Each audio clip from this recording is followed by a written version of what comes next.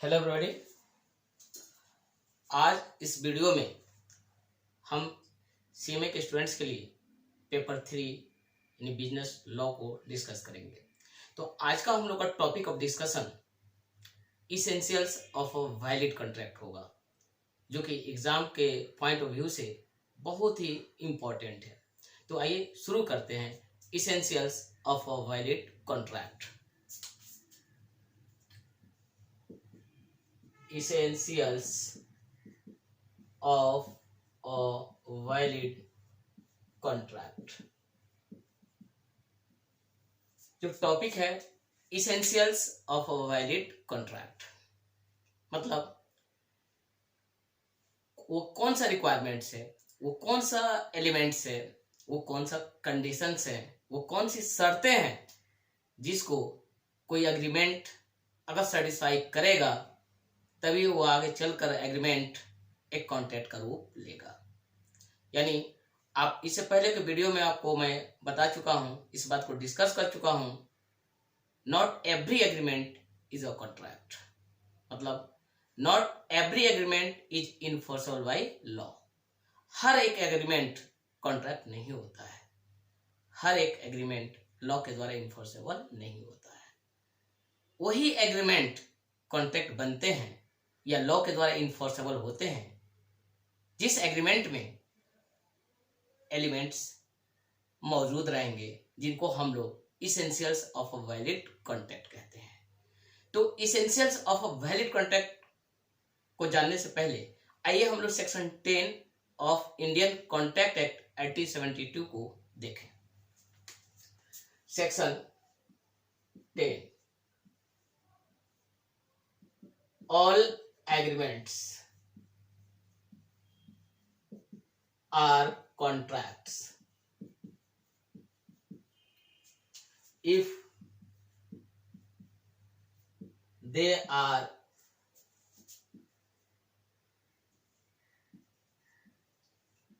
made by free consent of parties competent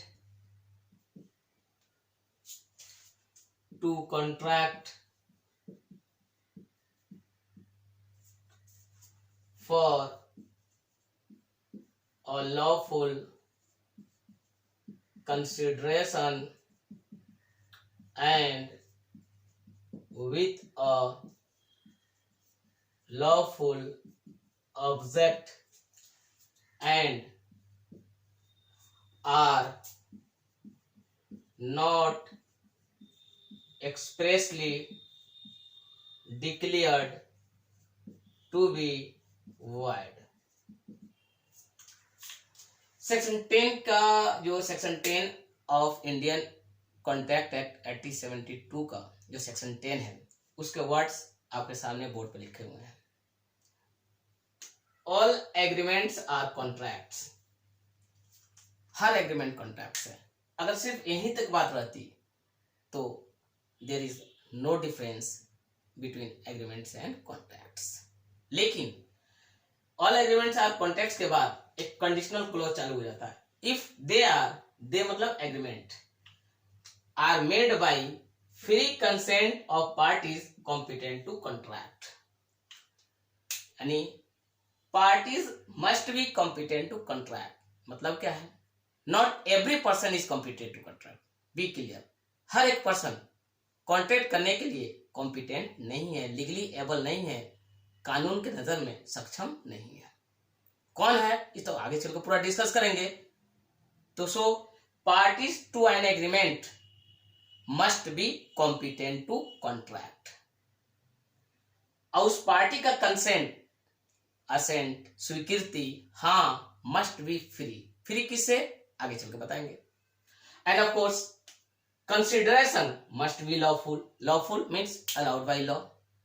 consideration क्या है आप जानते हैं, what you get in return.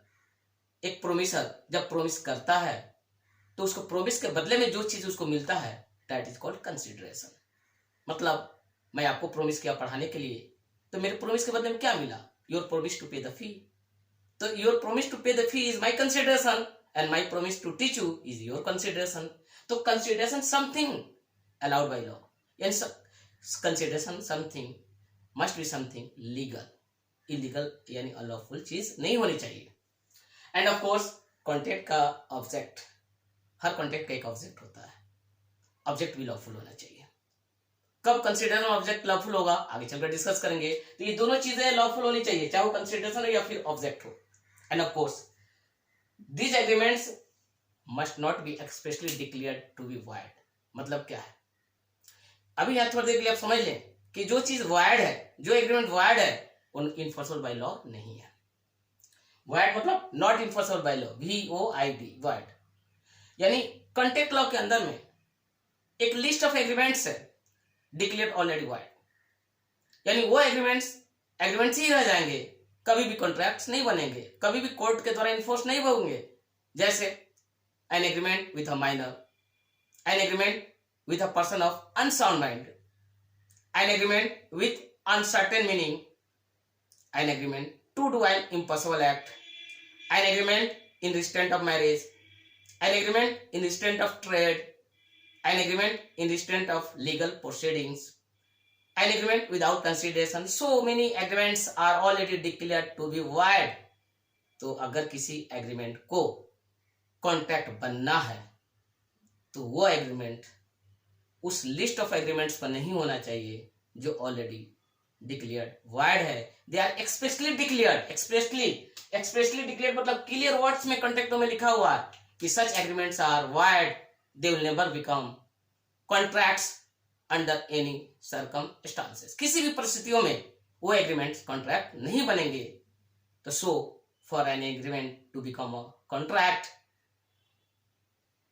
such an agreement must not be on the list of such agreements. तो इस section को पढ़ने के बाद, सेक्शन 10 को पढ़ने के बाद आपको माइंड में कुछ बात आई होगी कि अगर एग्रीमेंट को कॉन्ट्रैक्ट बनना है तो इस कंडीशन को फुलफिल करना होगा.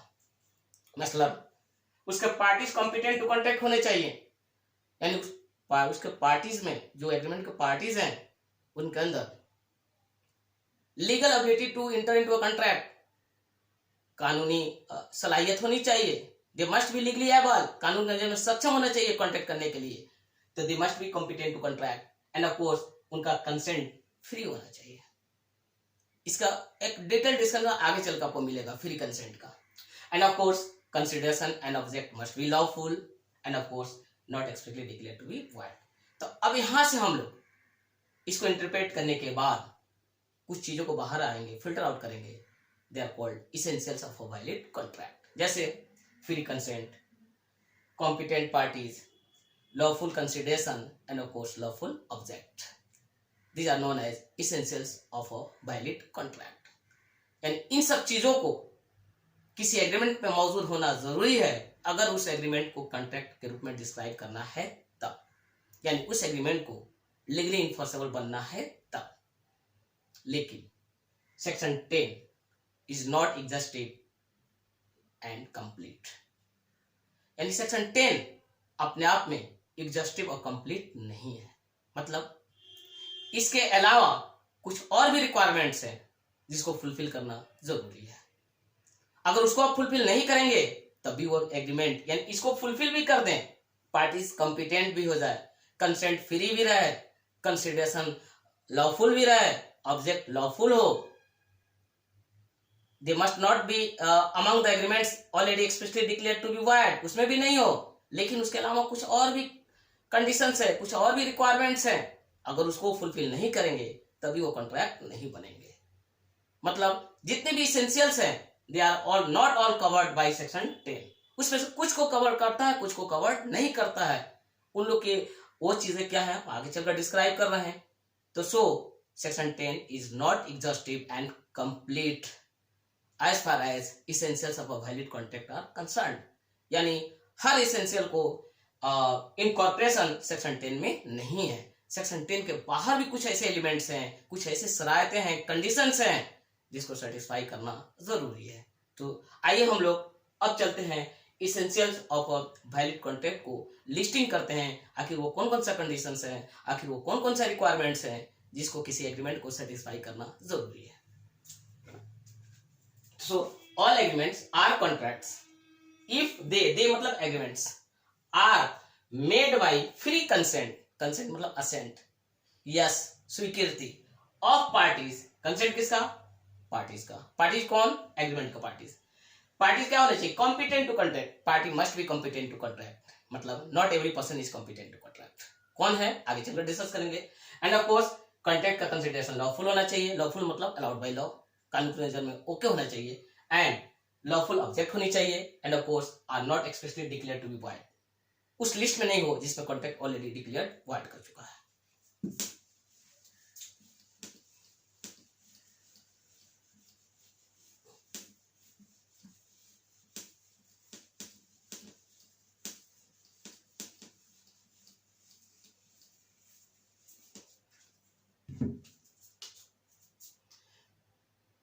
Essentials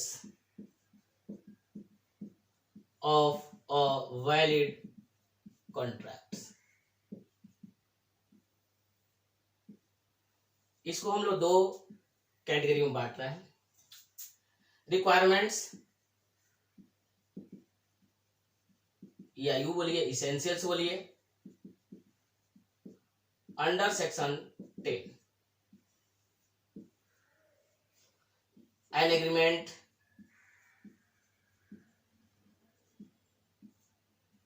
competent parties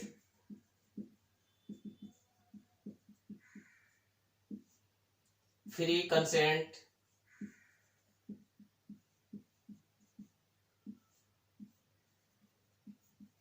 lawful consideration lawful object not expressly declared to be void। Section 10 अभी जस्ट मैंने इससे पहले मेंशन किया, section 10 of Indian contract act 1872, all agreements are contracts if they are made by free consent of parties competent to contract for a lawful consideration and with a lawful object and are not expressly declared to be void। उस section को पढ़ने के बाद ये सब चीजें बाहर आई, there must be an agreement, no agreement no contract, competent parties to such an agreement must be competent to contract, सक्षम होना चाहिए, लीगली एबल होना चाहिए, कानून के नजर में सक्षम होना चाहिए। हर आदमी सक्षम नहीं है कॉन्ट्रैक्ट करने के लिए, जैसे कोई माइनर है, जैसे कोई अनसाउंड माइंड है, जैसे कोई इडियट है।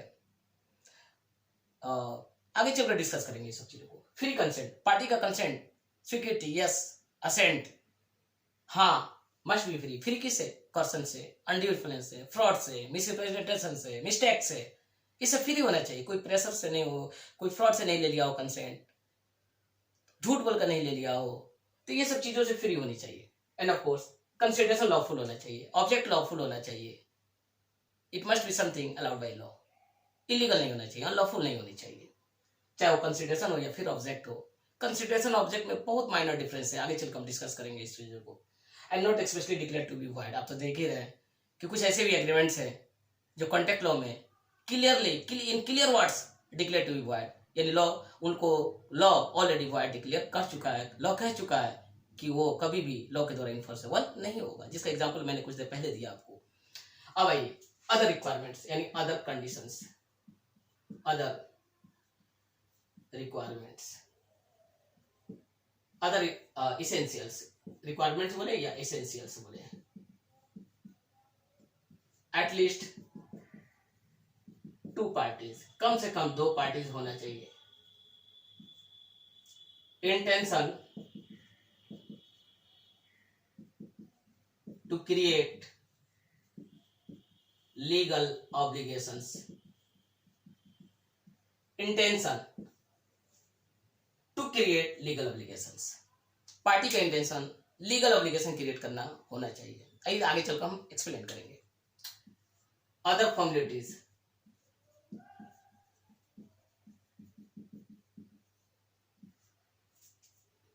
certainty of the meaning and possibility of performance।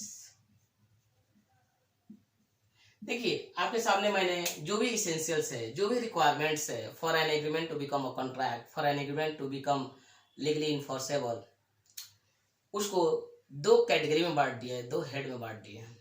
एक वो हेड जो रिक्वायर्ड है under section 10 of Indian contract act 1872, an agreement, competent parties, free consent, lawful consideration, lawful object, not expressly declared to be void. यानी agreement इसमें नहीं आना चाहिए। Of course इसके अलावा कुछ कोर्ट के जजमेंट्स है, वहां से कुछ रिक्वायरमेंट्स को ड्राइव किया गया है। क्या है? एटलीस्ट 2 पार्टीज, इंटेंशन, यानी एग्रीमेंट में कम से कम 2 पार्टीज होना चाहिए। पार्टीज का इंटेंशन, जब कोई पार्टी आपस में एग्रीमेंट करता है कॉन्ट्रैक्ट करने के लिए एक जगह आता है, तो उनका इंटेंशन ये होना चाहिए कि कॉन्ट्रैक्ट के थ्रू एक दूसरे के लिए लीगल ऑब्लिगेशंस एंड राइट्स को क्रिएट करें। यानी ऐसे ऑब्लिगेशंस जो कि लीगली इन्फोर्सेबल हो, सोशल ऑब्लिगेशंस नहीं होनी चाहिए। अदर फॉर्मेलिटीज में कुछ agreements are required to be in writing, कुछ agreements are required to be in registered. ये सब चीजें आगे चलकर हम डिस्कस कर रहे हैं। अगर जो रिक्वायर्ड इन राइटिंग है उसको ऑरली बना लीजिएगा तो फिर वो वैलिड कॉन्ट्रैक्ट नहीं बनेगा। जो रिक्वायर्ड टू बी रजिस्टर्ड, अगर उसको रजिस्टर्ड नहीं करते हैं तभी वो वैलिड कॉन्ट्रैक्ट नहीं बनेगा। Certainty of the meaning, contract का यानी एग्रीमेंट का टर्म्स क्लियर होना चाहिए, डेफिनेट होना चाहिए, वेग नहीं होना चाहिए, एकदम इजी टू अंडरस्टैंड होना चाहिए। Clarity of the words is the most important. Possibility of performance, जो टर्म्स हैं एग्रीमेंट के, they must be possible to perform. यानी एग्रीमेंट के ऐसे टर्म्स नहीं होना चाहिए जिसको परफॉर्म करना इम्पॉसिबल हो जाए। आइए हम डिस्कस करते हैं वन बाई वन करके। तो सो देखिए, an agreement, competent parties, free consent, lawful consideration, lawful object, not expressly declared to be void. Other requirements जो सेक्शन 10 से बाहर के रिक्वायरमेंट्स है, लेकिन एक एग्रीमेंट को ये सब फुलफिल करना पड़ेगा। अगर इसमें से कोई भी एक एलिमेंट मिसिंग है तो यह याद रख लीजिए, वो एग्रीमेंट एक वैलिड कॉन्ट्रैक्ट का रूप नहीं लेगा। At least 2 parties, intention to create legal obligations, other formalities, certainty of the meaning, and of course, possibility of performance.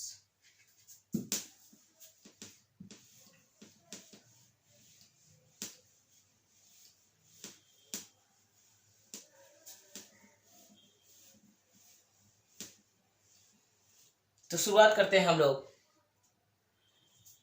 Agreement से। An agreement,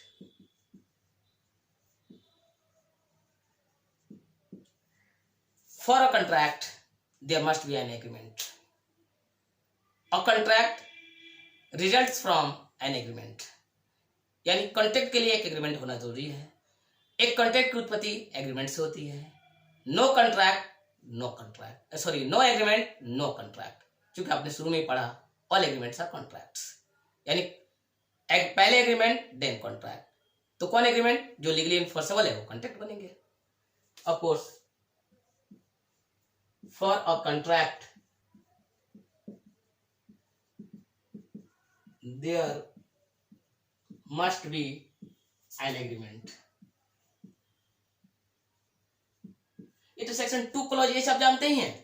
N agreement enforceable by law is a contract, यानी contract होने के लिए 2 elements होने जरूरी है, an agreement and enforceability by law. तो so section 2 clause H clear कहता है an agreement enforceable by law is a contract। So for a contract there must be an agreement। No contract, no agreement, no contract,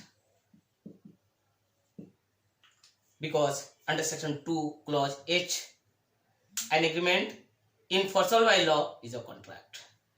For a contract यानी किसी contract के लिए there must be an agreement, agreement का होना जरूरी है। No agreement no contract, अगर agreement नहीं है तो कॉन्ट्रैक्ट नहीं है। In fact an agreement enforceable by law leads to a contract, and in fact an agreement enforceable by law leads to a contract. अब देखें इनफैक्ट वास्तव में क्या होता है, एन एग्रीमेंट, वो एग्रीमेंट जो इन्फोर्सेबल बाय लॉ है, लीड्स टू अ कॉन्ट्रैक्ट, एक कॉन्ट्रैक्ट का रूप लेता है। एग्रीमेंट ही कॉन्ट्रैक्ट बनेगा अगर वो इन्फोर्सेबल बाय लॉ है तब। सेक्शन 10 भी आपने देखा, ऑल एग्रीमेंट्स आर कॉन्ट्रैक्ट्स, यानी एग्रीमेंट होंगे तभी कॉन्ट्रैक्ट होंगे, उस कंडीशन को फुलफिल करने के बाद। तो so for a contract there must be an agreement, no agreement no contract. In fact an agreement comma enforceable by law leads to a contract. एक एग्रीमेंट कॉन्ट्रैक्ट का रूप लेंगे कब, अगर वो इन्फोर्सेबल बाय लॉ होंगे तब। आगे बढ़ते हैं।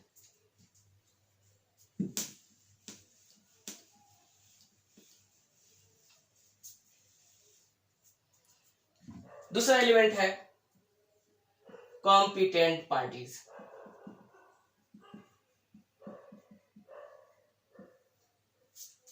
सेक्शन 11, अभी तो सेक्शन 10 की बात हो रही थी। Section 11 of Indian contract act इस बात को डिस्कस करता है, not every person is competent to contract.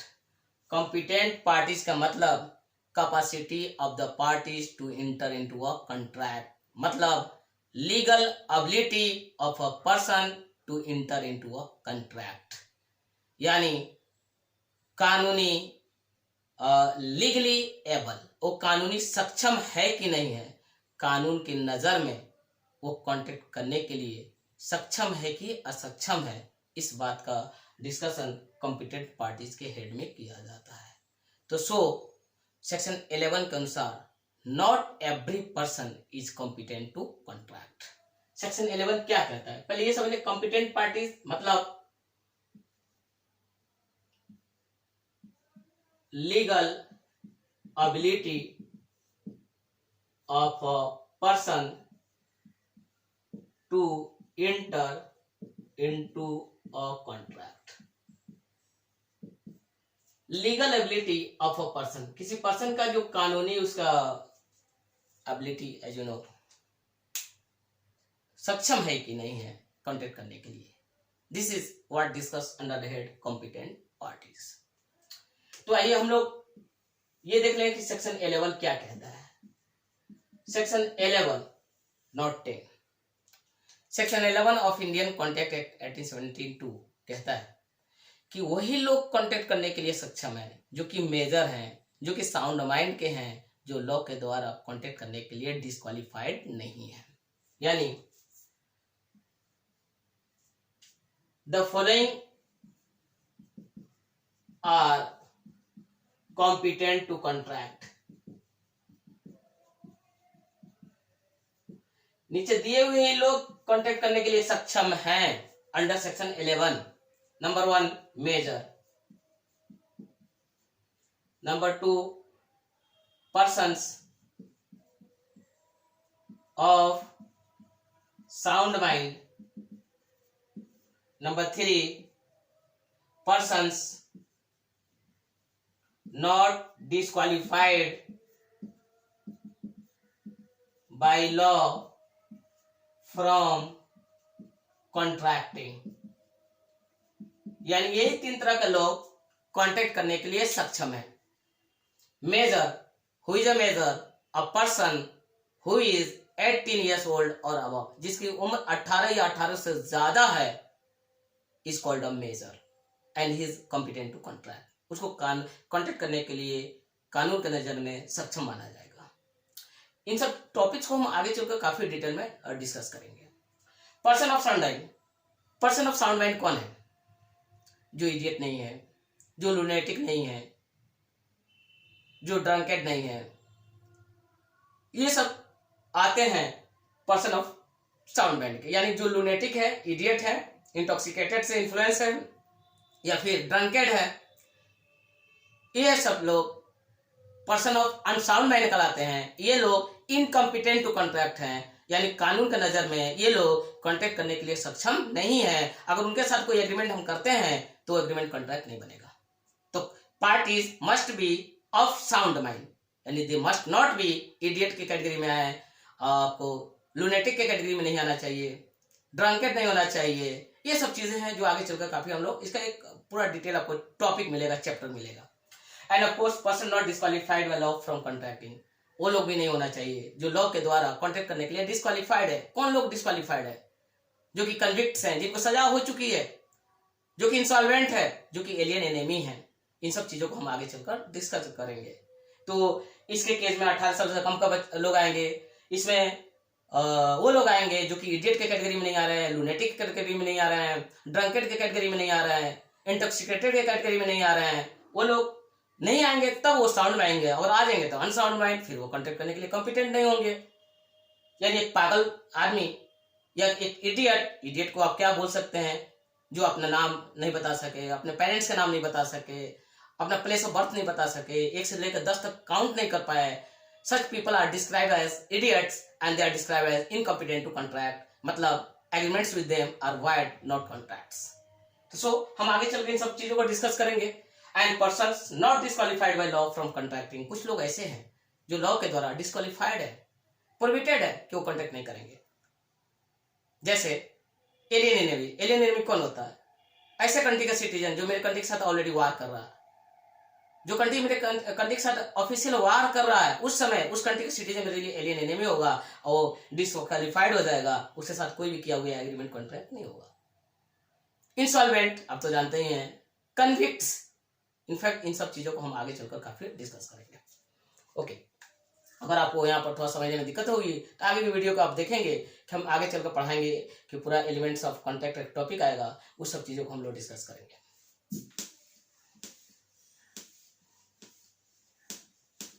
To show competent parties, of course, free consent.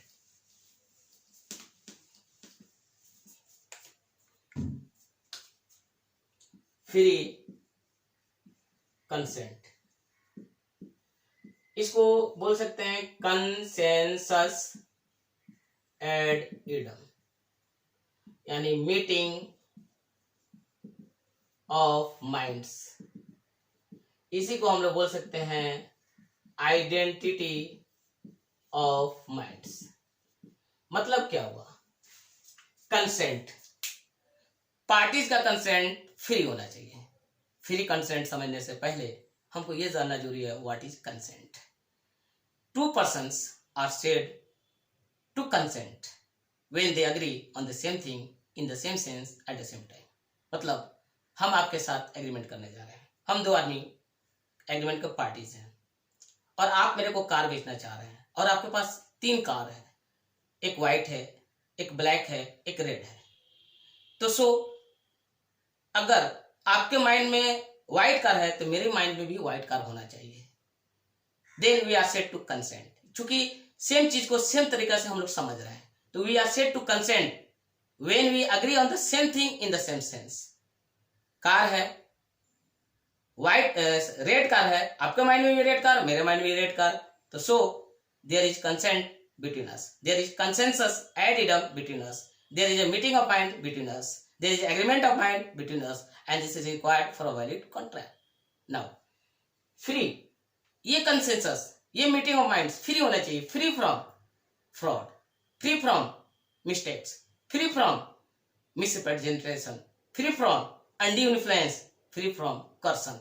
कर्सन क्या है, अनड्यू इन्फ्लुएंस क्या है, फ्रॉड क्या है, मिसरिप्रेजेंटेशन क्या है, मिस्टेक क्या है, इस सब का एक आगे चलकर हर का एक आपको वीडियो मिलेगा, काफी एक लंबा चैप्टर मिलेगा। बट फिलहाल इतना जान लीजिए, यहाँ आपको ये समझना है कि पार्टीज का कंसेंट फ्री होना चाहिए। तो पहले ये समझना है व्हाट इज कंसेंट, यानी what is consensus ad idem, what is meeting of minds, what is identity of minds.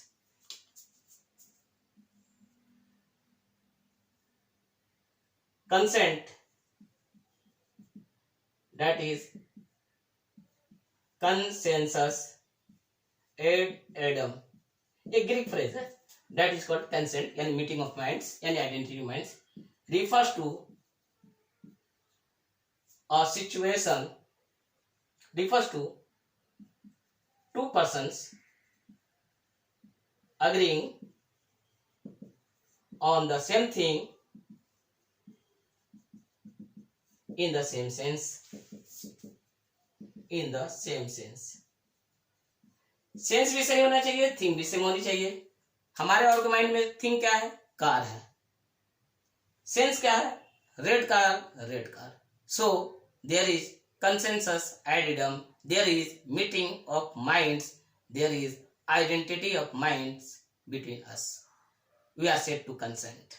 This is a requirement for an agreement to become a contract. Now, this consensus ad idem, this meeting of minds, this identity of mind, this consent must be free. Free from coercion, free from undue influence, free from misrepresentation, free from fraud, free from mistake. So the consent of the parties to an agreement must be free from coercion, free from undue influence, free from misrepresentation, free from fraud, free from mistake. आपको अगर कर्सन, अंडी influence, fraud के बारे में थोड़ा confusion लगता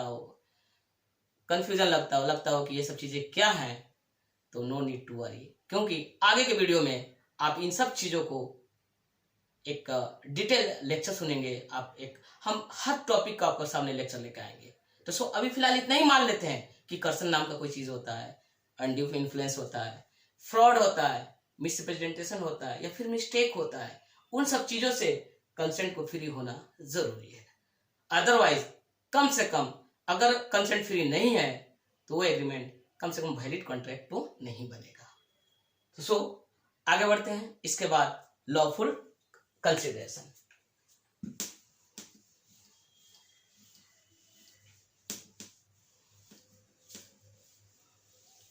lawful consideration,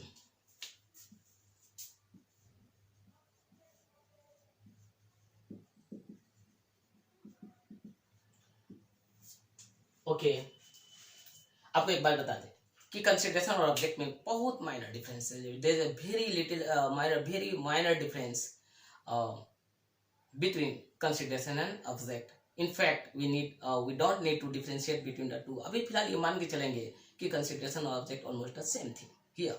आगे चलकर इसको हम लोग डिफरेंशिएट करने का कोशिश करेंगे। फर्स्ट ऑफ ऑल ये समझ लें what is consideration. Consideration is cued pro Q, यानी समथिंग इन रिटर्न, कोई चीज हो जो बदले में मिला हो, not anything, something a thing of value in the eyes of law, एक ऐसा चीज जो कानून की नजर में वैल्यूएबल हो और बदले में मिला हो। मतलब मैं आपको सर्विस दिया as a teacher, as a professional, इसके बदले में फी मिला, this is consideration for me, क्योंकि fee is something I get in return for my service. तो समथिंग इन रिटर्न बदले में मिला हुआ जो चीज है that is called consideration. In Greek language it is known and quid pro quo, something in return. And this return यानी what you get in return for your service या for the goods you deliver must be lawful, यानी must be something allowed by law. वो चीज होना चाहिए जिसको law allow करता हो, जो कानून के नजर में अलाउड हो। ऐसा नहीं हो कि वो फॉरबिडन बाय लॉ हो। अगर वो ऐसा चीज जो इलीगल है तो फिर वो एग्रीमेंट को कॉन्ट्रैक्ट नहीं कहा जाएगा, वो एग्रीमेंट कॉन्ट्रैक्ट नहीं बनेंगे।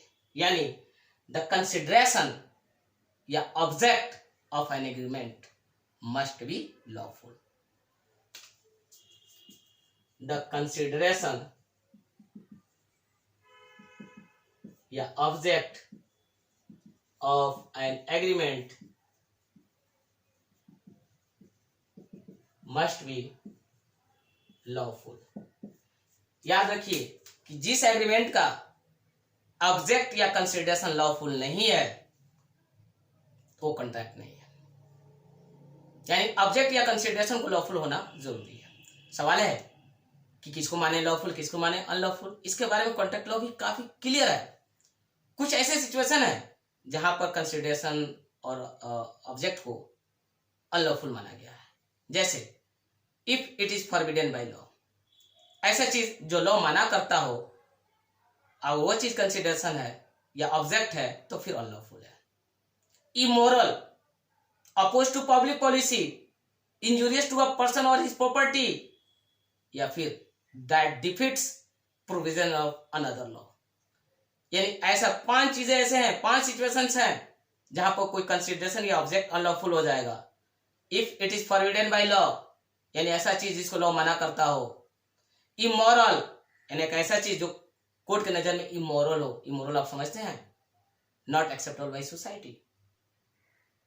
अगर consideration immoral in nature in the eyes of court है तो डेफिनेटली अनलॉफुल है, वो एग्रीमेंट कॉन्ट्रैक्ट नहीं बनेगा। अपोज टू पब्लिक पॉलिसी, या फिर इंजूरियस टू अ पर्सन और हिज प्रॉपर्टी, या that defeats provisions of another law. ये 5 सिचुएशंस हैं जहां पर कंसिडरेशन और ऑब्जेक्ट को अनलॉफुल डिस्क्राइब किया गया है। आप बोलेंगे कि इन सब टॉपिक को यहाँ लिख कर दिखाने के लिए हम यहाँ पर इसलिए नहीं बता रहे हैं। इन सब चीजों का एक टॉपिक है जो आगे चलकर पूरा का काफी एग्जॉस्टिव स्टडी करेंगे, आप काफी डिटेल स्टडी करेंगे।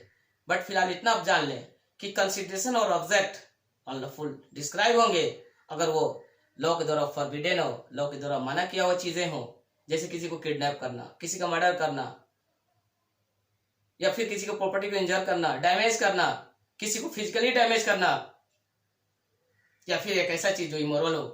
अगर मोहन सोहन को कहता है कि मेरा रूम लो, भाड़ा पे चलाओ, जुआ खिलाओ और पैसा देना, दिस इज इमोरल। या फिर ऐसा हो जो दूसरे के लॉ को, प्रोविजंस को डिफिट्स करता हो, फॉलो नहीं करता हो, वायलेट्स करता हो। सब इन हालात में कंसिडरेशन ऑब्जेक्ट को अनलॉफुल माना जाता है। रिजल्ट क्या होता है? वो एग्रीमेंट कॉन्ट्रैक्ट नहीं बनता है। तो सो आपको ये बात समझ में आ गया होगा कि द ऑब्जेक्ट या consideration of an agreement must be lawful if it has to become a contract. और कौन होंगे लॉफुल? जो अनलॉफुल नहीं होंगे। और अनलॉफुल कौन है? वही डिफाइन किया गया कॉन्ट्रैक्ट लॉ में कि जो लॉ के द्वारा फॉरबिडन हो, जो दूसरे लॉ के प्रोविजंस को डिफिट्स करता हो, वायलेट्स करता हो, फॉलो नहीं करता हो, इमोरल हो, अपोज टू पब्लिक पॉलिसी हो, इंजूरियस टू अ पर्सन और हिज प्रॉपर्टी हो। एंड लास्ट में आपको हम बता रहे हैं कि not expressly declared to be void. हाँ, आपको बता दे रहे हैं अगर किसी पॉइंट पर आपको फर्दर क्लैरिफिकेशन चाहिए, if you want me to clarify any point, any topic, you are free to contact me on my WhatsApp number. हम व्हाट्सएप पर करेंगे, नहीं होगा तो उसके लिए फिर से एक सेपरेट वीडियो बनाएंगे। लेकिन the purpose is to meet your educational requirements. हम कोशिश कर रहे हैं, I am making every effort to meet your educational requirements. जहां तक पॉसिबल है कोशिश कर रहे हैं कि हम वीडियो पर आकर आपके जो एजुकेशनल रिक्वायरमेंट्स हैं उसको फुलफिल करें to the best of my ability. And last one है not expressly declared to be wide.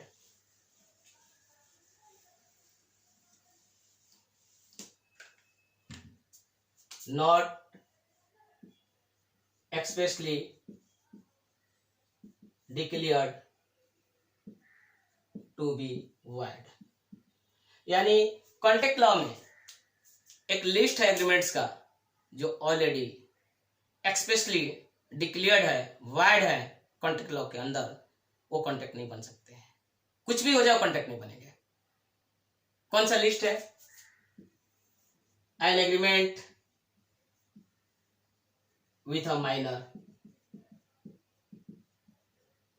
An agreement without consideration,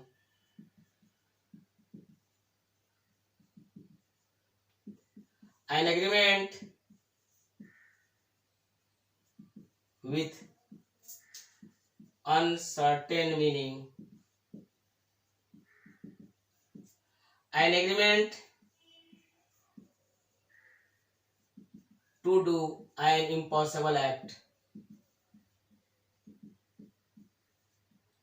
an agreement, a wagering agreement, जुआ।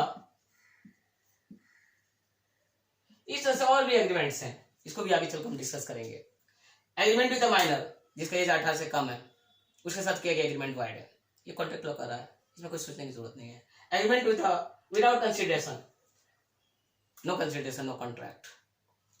N agreement with uncertain meaning, इससे पहले मैंने बोला certainty of meaning, यानी agreement का terms clear, definite, not vague होना चाहिए।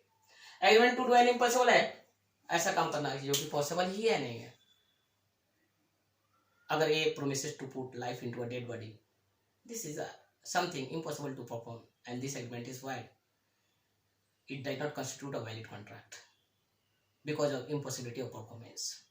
So waging agreement, जुआ खेलना, agreement in the extent of trade, in the extent of marriage, agreement in the extent of trade, an agreement with a person of unsound mind, these are already explicitly declared void है, इसमें से कोई भी agreement contract नहीं बनेगा। तो सो किसी contract को अगर agreement को contract बनना है तो इस लिस्ट से बाहर होना होगा। तो आई होप, हमको उम्मीद है कि ये वीडियो आपको पसंद पड़ा होगा। हाँ, अदर रिक्वायरमेंट्स जो बोले थे उसको हम नेक्स्ट वीडियो में डिस्कस करेंगे। इसके बाद वाले वीडियो में जो बताएंगे कि at least 2 parties, intention to create legal application, other formalities, certainty of the meaning, possibility of performance, उसका डिस्कशन हम लेकर आएंगे अगले वीडियो में। इस वीडियो को आई होप आप लाइक किए होंगे, पसंद किए होंगे, और ये वीडियो आपके रिक्वायरमेंट को फुलफिल करने का कोशिश भी किया होगा। शायद अगर ये वीडियो आपको पसंद आया होगा और आपके लिए यूजफुल हुआ होगा तो हम आपसे रिक्वेस्ट करते हैं कि आप मेरे चैनल को प्लीज़ सब्सक्राइब करें, लाइक करें और शेयर करें, और आप हमसे जुड़े रहें। हर सब्जेक्ट, हर टॉपिक का क्लैरिफिकेशन, डिटेल डिस्कशन आपके लिए लेकर हम आएंगे। Thank you.